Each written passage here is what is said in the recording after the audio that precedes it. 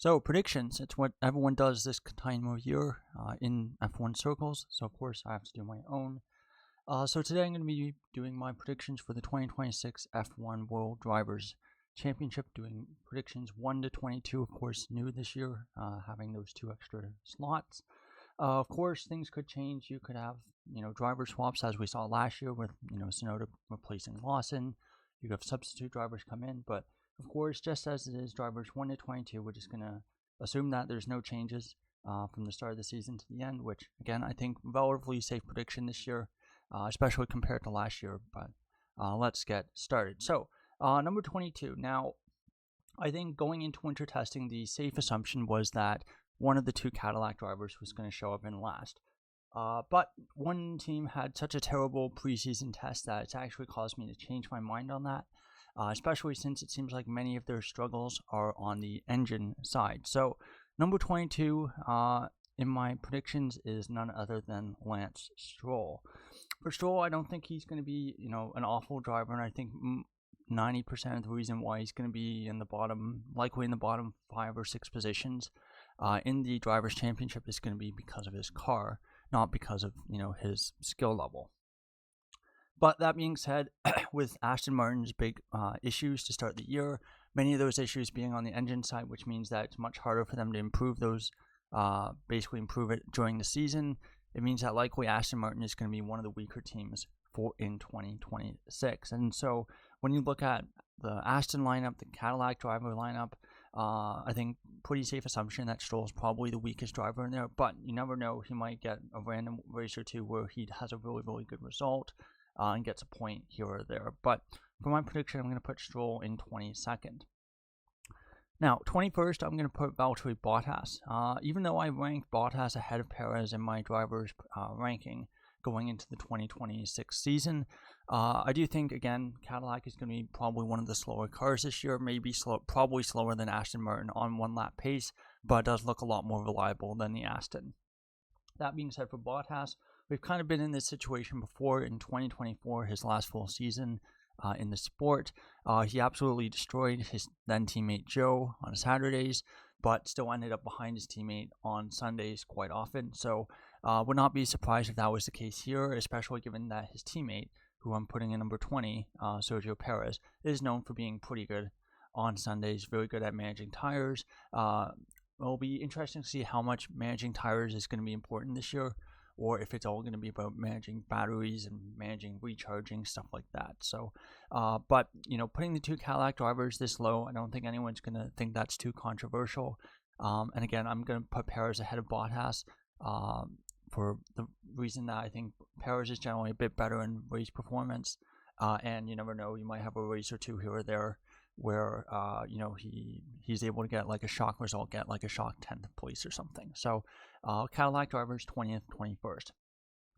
Now, as much as it pains me, unfortunately, the driver then putting in number 19 is Fernando Alonso. I don't really see a whole lot of positives coming here with the Aston Martin, and in some ways, it's almost as bad as 2015 was for McLaren.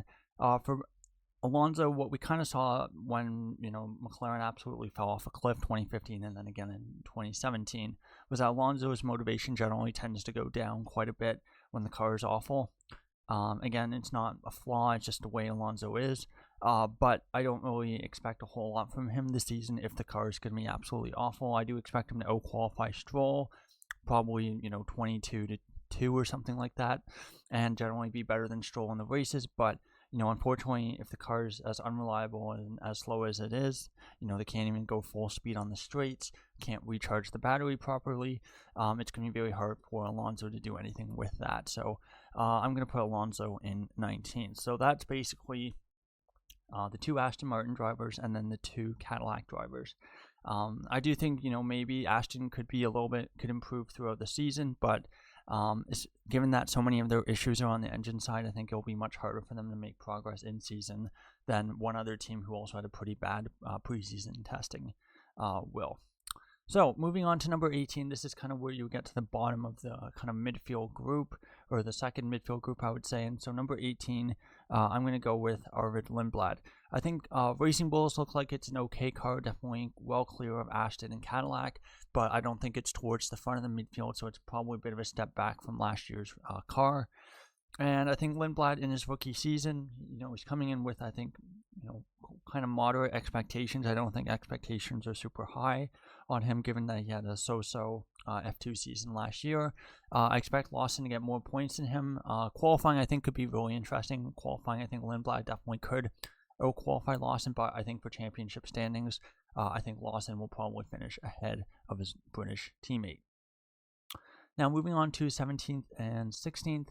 These are a set of teammates, and I apologize for having to use the old pictures from last year, but F1's website has been very, very slow this year. It's already Wednesday my time, Wednesday Australia time too, and they still have not updated the pictures, the headshots for this year. So have to basically reuse last year's, and then I had to find some old ones for some mock-ups that someone made for the Cadillac drivers. But number 17, 16, I'm going to put these two drivers together. I'm going to put Nico Hülkenberg and Gabriel Bortoleto. I think Audi looks like it's an okay package. It should be in the lower midfield. Definitely, I think, better than Aston, better than Cadillac. But I'm not really sure if it's going to be as good as, say, Racing Bulls. So I actually think, even if the Racing Bulls is a slightly better car, I think both of Audi's drivers are better than Lindblad this year. So I think probably finish ahead of him. I think qualifying, Bortoleto probably out-qualifies his teammate Hülkenberg, but I think that Hülkenberg still, his, race pace, tire management, that kind of thing, is still very, very good, and I think Bortoleto is still learning, so I think even though I think Bortoleto will out-qualify Hülkenberg, I think the gap's going to be much, much smaller in terms of race performance, and I'm going to put Hülkenberg narrowly pipping Bortoleto here in the Drivers' Championship. So number 15, I'm going to go with the lead Racing Bulls driver of Liam Lawson. I think 15th is kind of about where you would expect him. I think he obviously should improve from last season, his first full season in F1, and depending on how you want to count it, this year is his second year in F1, it's his third year, and maybe it's even his fourth year. But for Lawson, I expect him to do okay.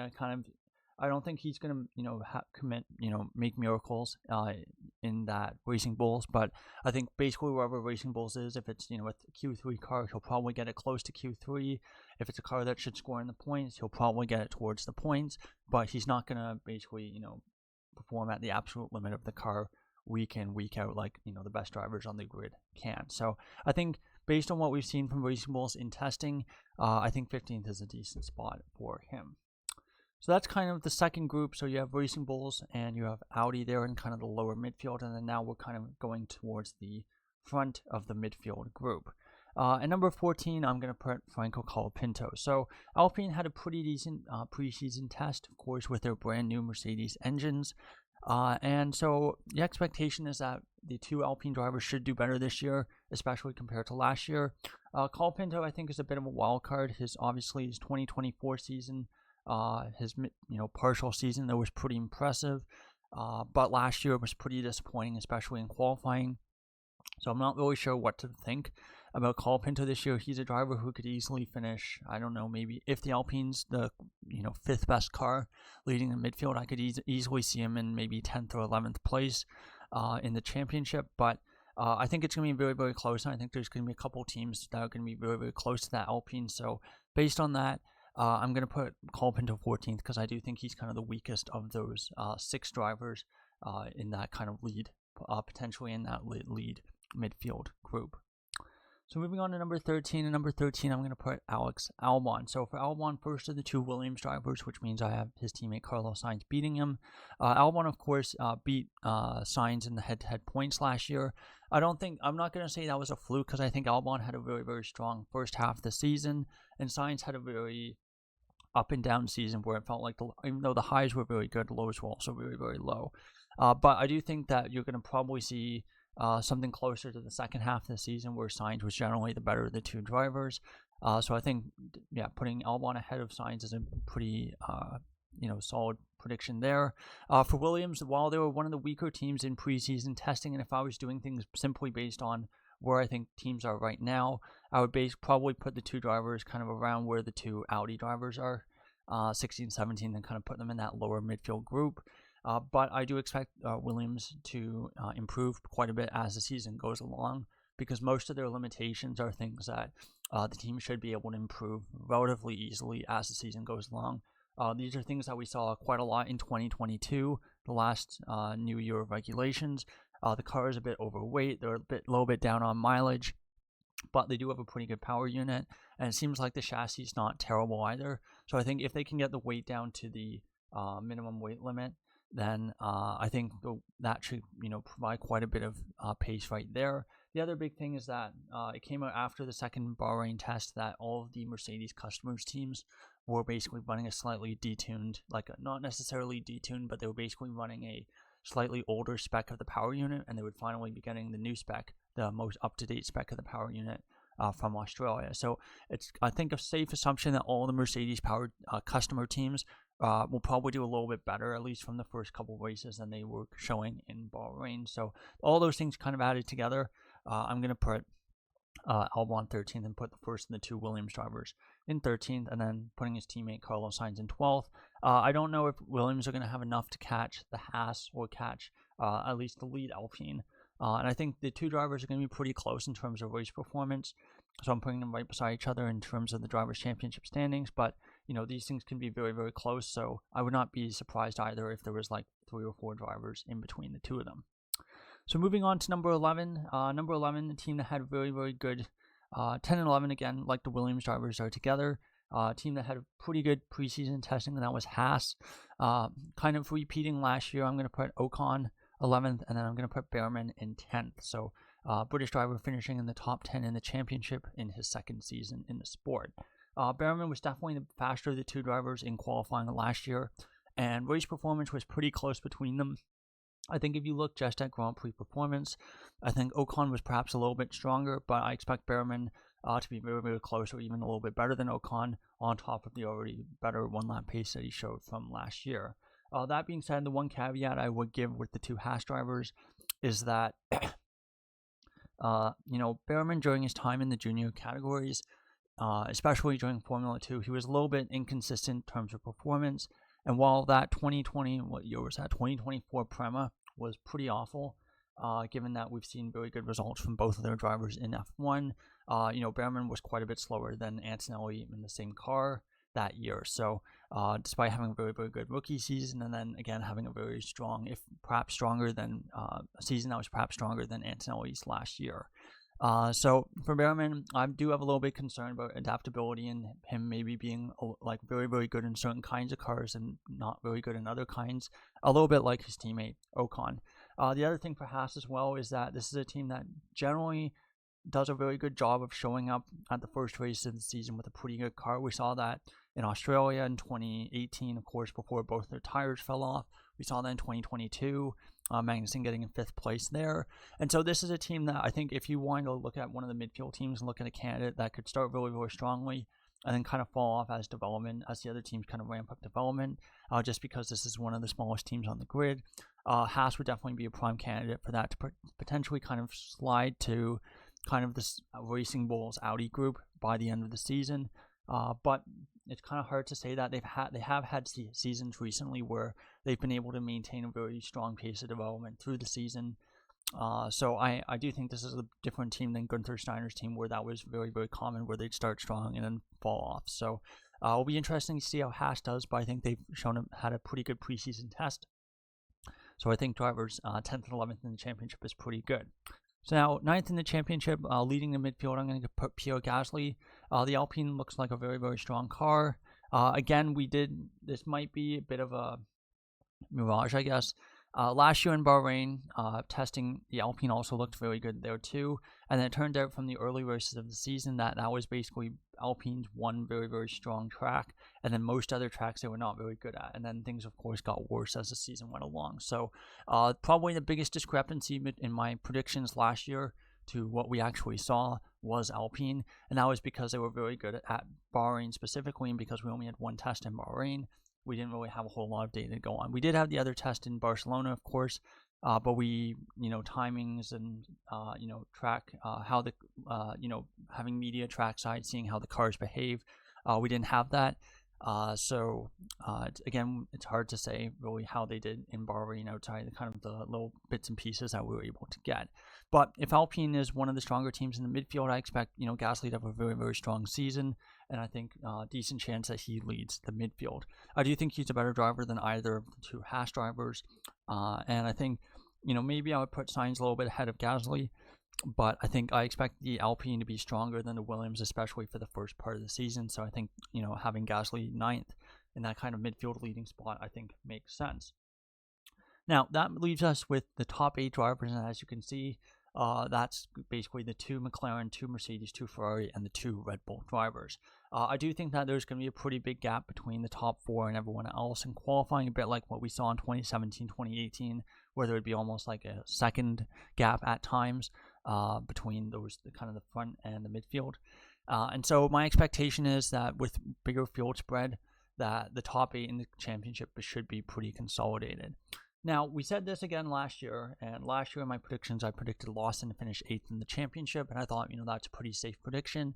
And even taking into account, the swap with Tsunoda, Tsunoda ended up finishing 17th in the championship in the Red Bull. Now, you can probably guess where this is going, but I'm going to stick my neck out and again, do the same thing again, put the Red Bull second driver in 8th.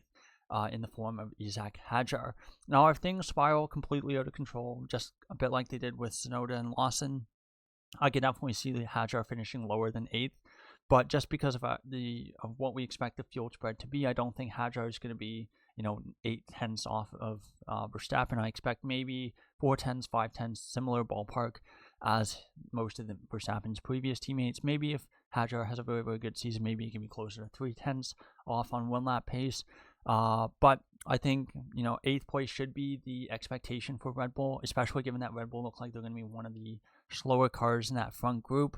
But it's very, very hard to say just because there's such a massive discrepancy between the two drivers. But when we did see Verstappen out on track, he definitely looked slower than the Mercedes, I believe, when they looked at his lap times.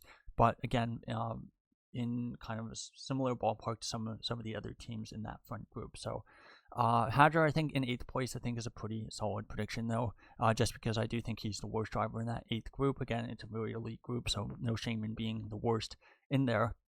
And I do think Red Bull is going to be one of the slower teams, so in that front group. So I think 8th place is a pretty solid spot for Hadjar. Now, moving on to 7th, this might be a bit of a shock, especially to some of his fans. But I'm going to put Oscar Piastri in 7th. So a bit of a step back from last year when he came 3rd in the championship. And again, he's been working his way forward.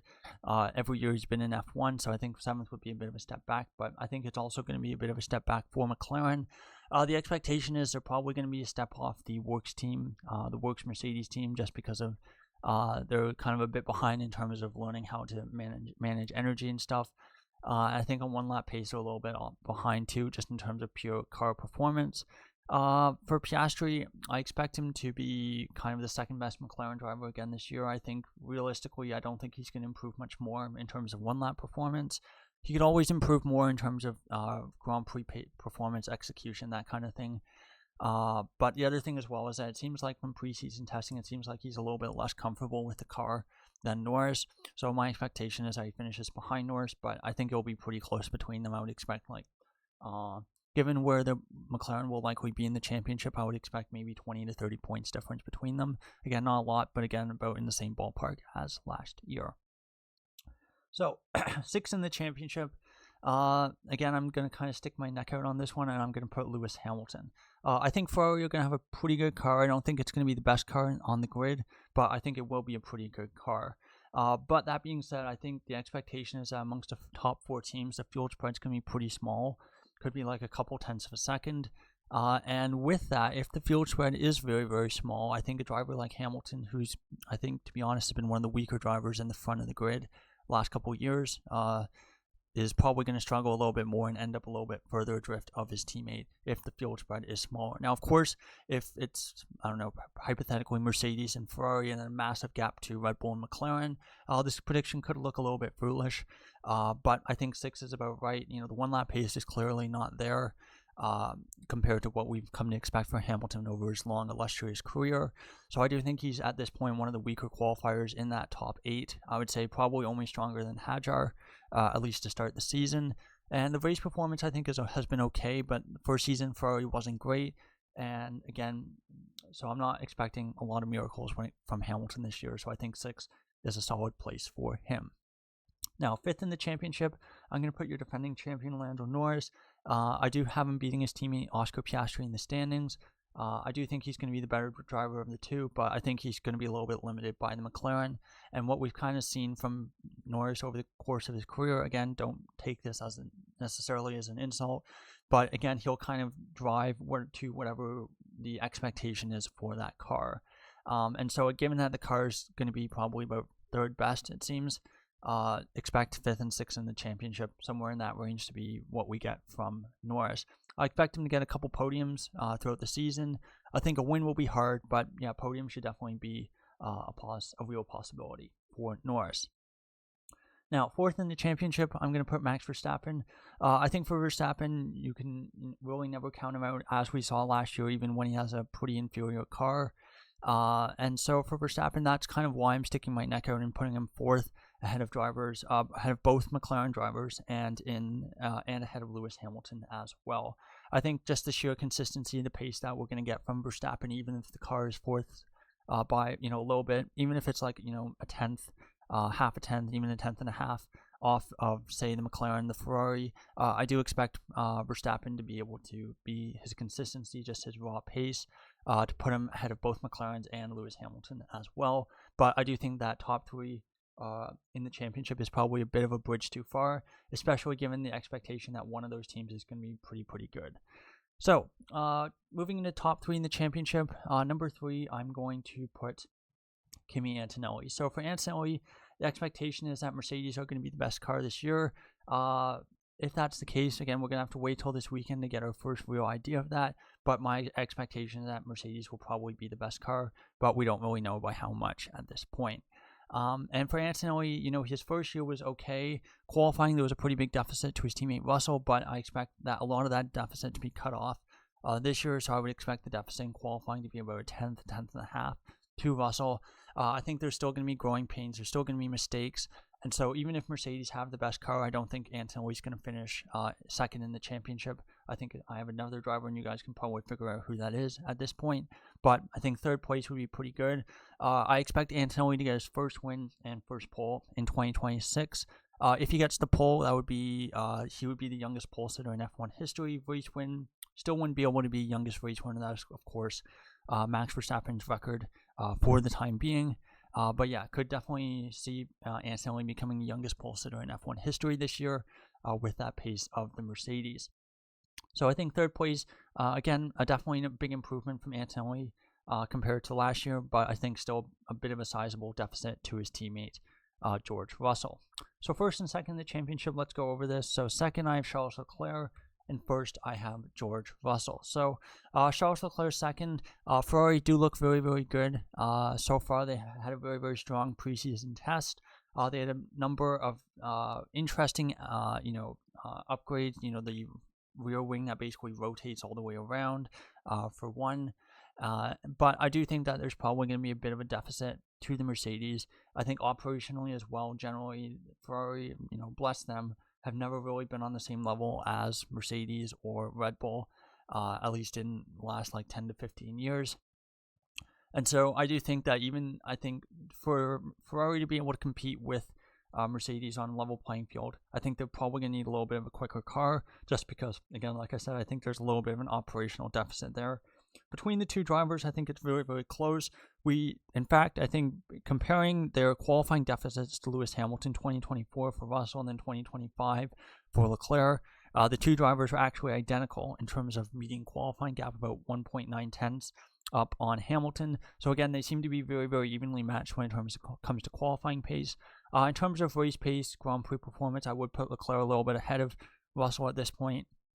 But again, I think it's very close between the two drivers. Russell's an excellent driver, and he's developed into one of the best drivers on the grid during his times at Mercedes and even before that. So I think my expectation for this year is that Russell claims his first World Drivers' Championship.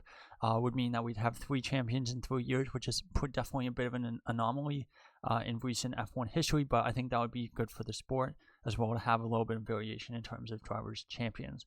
I think in terms of drivers who I think could win the championship if Russell doesn't, I think Leclerc is definitely there. Antonelli, I think he would need a lot of luck, and he would need a massive improvement from last year, I think, just to cover the deficit, the pace deficit that he had last year to this year. So I think Antonelli would be very, very hard for him to win the championship. I think you can never count out Max Verstappen. If Red Bull can somehow get their car to within touching distance of the Mercedes Ferrari, I think you can never, rule Verstappen out, as we saw last year where he was, 2/10 off the championship in a car that was 2/10 slower than the McLaren. So again, I would say never count out Verstappen. Maybe the McLarens as well if they can kind of cover that deficit in terms of power, but I think realistically he's probably going to be Russell. I would say Leclerc is kind of an outside shot. Maybe a little bit like, I'm trying to think of a season where that would be comparable to this one in terms of just pace, in terms of what we expect the pace deficit to be. Maybe I would say going into the season a little bit like 2017. Vettel had a very good season that year, but I think the Mercedes was definitely the quicker car, and there was really fumbles and mistakes by Ferrari towards the end of the season that contributed to them not winning the championship that year. So maybe 2017 would be a good comparable. Hopefully it's not going to be something like 2019 where it's basically Mercedes and then a mile and then the next group of cars. So again, those are my predictions for the 2026 F1 season. Should be pretty exciting, even with all the controversy regarding these new cars. Are they going to be able to race? Are they going to have to basically do lifting, coasting, qualifying? Things that I'm definitely not looking forward to, having lifting and coasting and qualifying and all that. But again, those are concerns that I think will only be either alleviated or solidified this weekend in Melbourne. So thank you so much for watching, and goodbye.